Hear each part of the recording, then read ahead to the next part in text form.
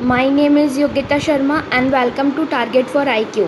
आज के इस वीडियो में हम ट्रांसफ़र ऑफ प्रॉपर्टी एक्ट के जो नेक्स्ट पार्ट है सेक्शन 54 टू 137 के कुछ इम्पोर्टेंट MCQs कवर करेंगे।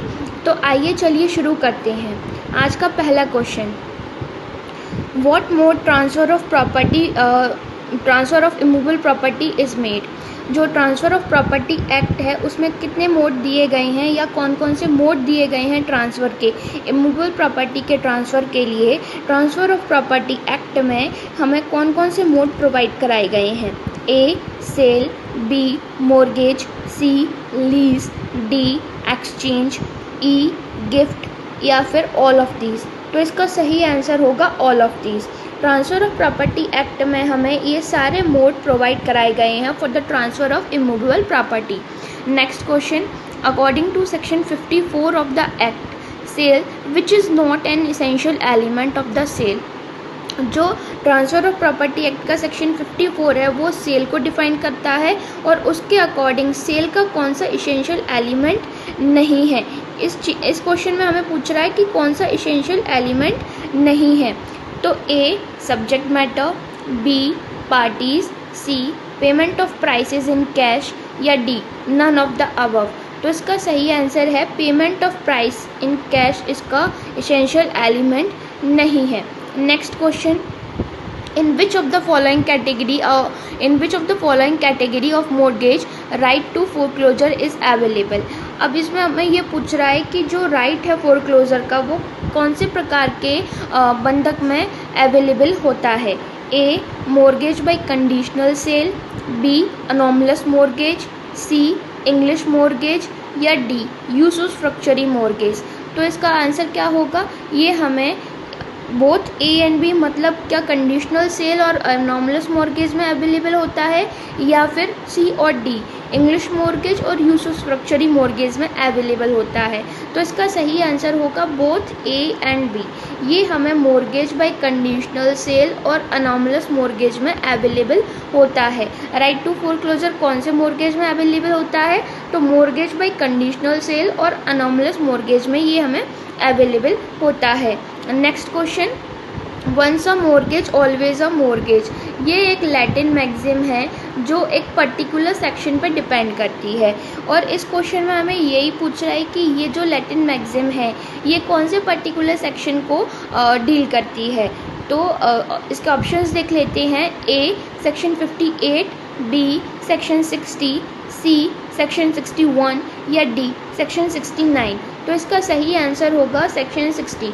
सेक्शन 60 जो है वो इसी चीज़ को बताता है, इसी लैटिन मैक्सिम से डील करता है कि once a mortgage always a mortgage.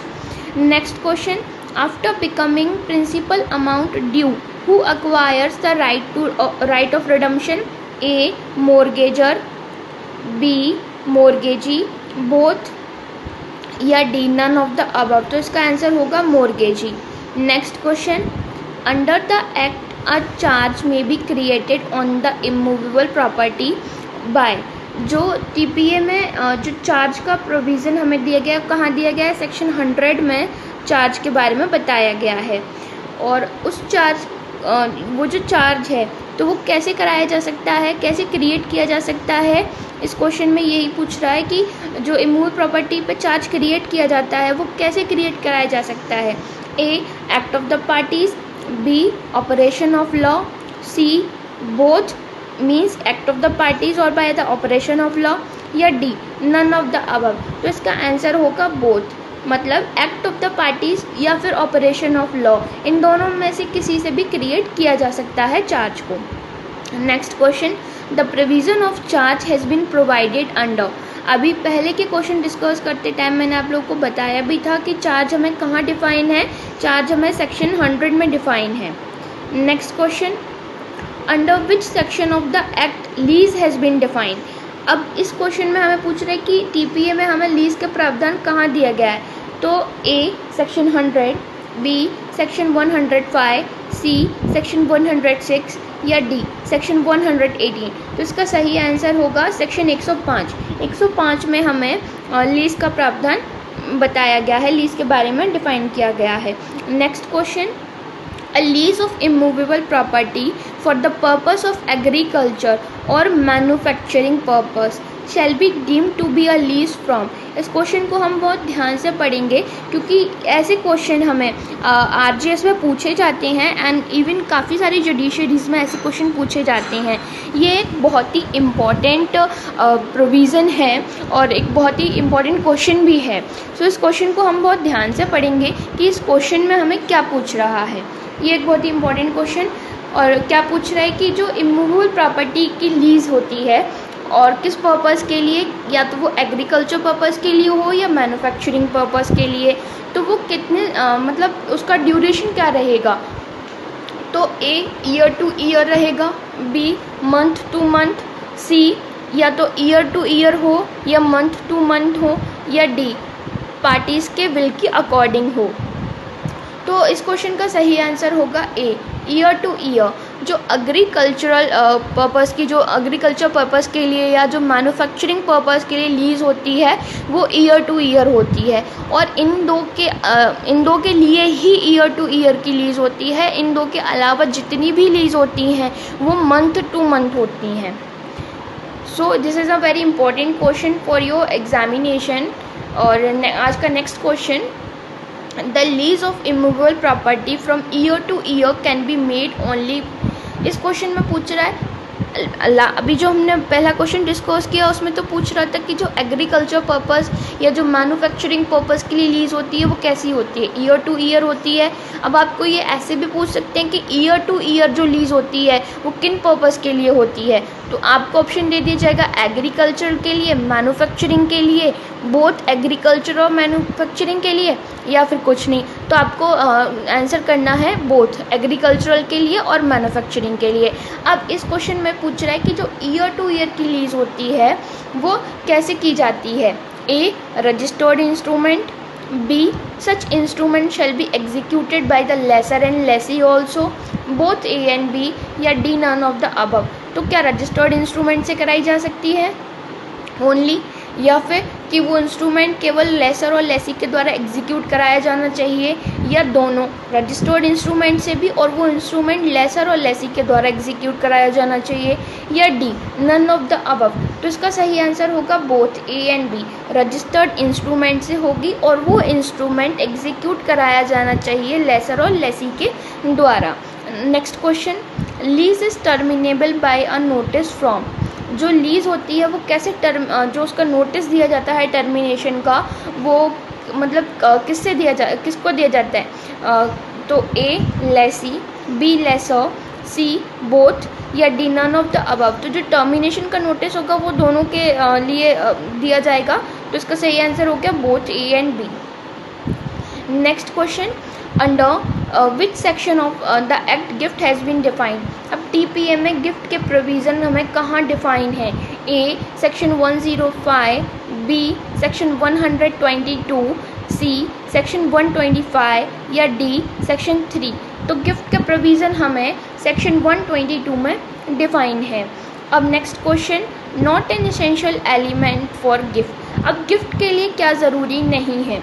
A donor और donee, B consideration, C transfer and acceptance, या D transfer of certain existing movable और इमूवेबल प्रॉपर्टी। तो जब हम सेक्शन 122 में गिफ्ट की डेफिनेशन देखते हैं तो वहाँ हमें डोनर और डोनी के बारे में भी बताया है, ट्रांसफ़र एंड एक्सेप्टेंस के बारे में भी बताया है, सर्टेन एग्जिस्टिंग मूवेबल और इमूवेबल प्रॉपर्टी। मतलब गिफ्ट मूवेबल प्रॉपर्टी का भी हो सकता है और इमूवेबल प्रॉपर्टी का भी हो सकता है, लेकिन गिफ्ट के लिए क्या ज़रूरी नहीं है। तो इस क्वेश्चन का सही आंसर क्या हो गया, बी कंसीडरेशन। कंसीडरेशन जो है वो गिफ्ट के लिए ज़रूरी नहीं है। अगर कंसीडरेशन हो गया तो वो गिफ्ट नहीं होगा। सो इसका सही आंसर हो गया consideration. Next question, if donee dies before acceptance of gift the gift is. ये हमें सेक्शन 122 का जब डेफिनेशन हम देखेंगे तो वहाँ एक्सप्लेनेशन में हमें ये लाइन मिलेगी कि अगर जो डोनी है वो गिफ्ट के एक्सेप्टेंस से पहले मर जाए तो गिफ्ट कैसा होगा। ए वॉइड होगा, बी वॉइडेबल यानी शून्य करणीय होगा, सी लॉफुल, या D none of the above. तो इसका सही आंसर है वॉइड। अगर डोनी एक्सेप्टेंस से पहले, गिफ्ट की एक्सेप्टेंस से पहले ही मर जाता है तो जो गिफ्ट होगा वो वॉइड होगा, यानी शून्य होगा। Next question, provision relating to transfer of actionable claim has been provided under. अब जो ट्रांसफ़र ऑफ एक्शनेबल क्लेम्स हैं, एक्शनेबल क्लेम हमें कहाँ दिया है, सेक्शन 3 में। और जो एक्शनेबल क्लेम के ट्रांसफ़र के बारे में, अंतरण के बारे में जो प्रोविज़न्स दिए गए हैं वो हमें कहाँ दिए गए हैं, तो इसका जो ऑप्शंस हैं वो देख लेते हैं। A section 3, B section 129, C section 130 या डी सेक्शन 132। तो इसका सही आंसर होगा सी, सेक्शन 130 में ट्रांसफ़र ऑफ एक्शनेबल क्लेम के बारे में प्रोविज़न बताए गए हैं। और एक्शनेबल कहाँ डिफ़ाइन है, तो एक्शनेबल क्लेम सेक्शन 3 में डिफ़ाइन है। Next question, notice of transfer of an actionable claim shall B.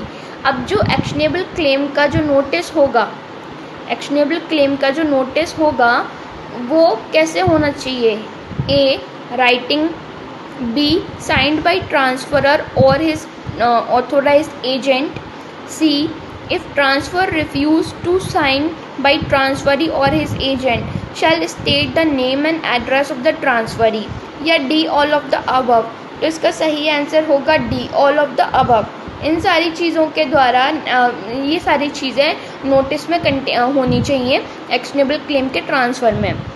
ये था आज का हमारा लास्ट क्वेश्चन। और अब इससे पहले का जो मैंने वीडियो बनाया था वो भी ट्रांसफ़र ऑफ प्रॉपर्टी एक्ट के जो MCQs थे वो डिस्कस किए थे मैंने आपसे।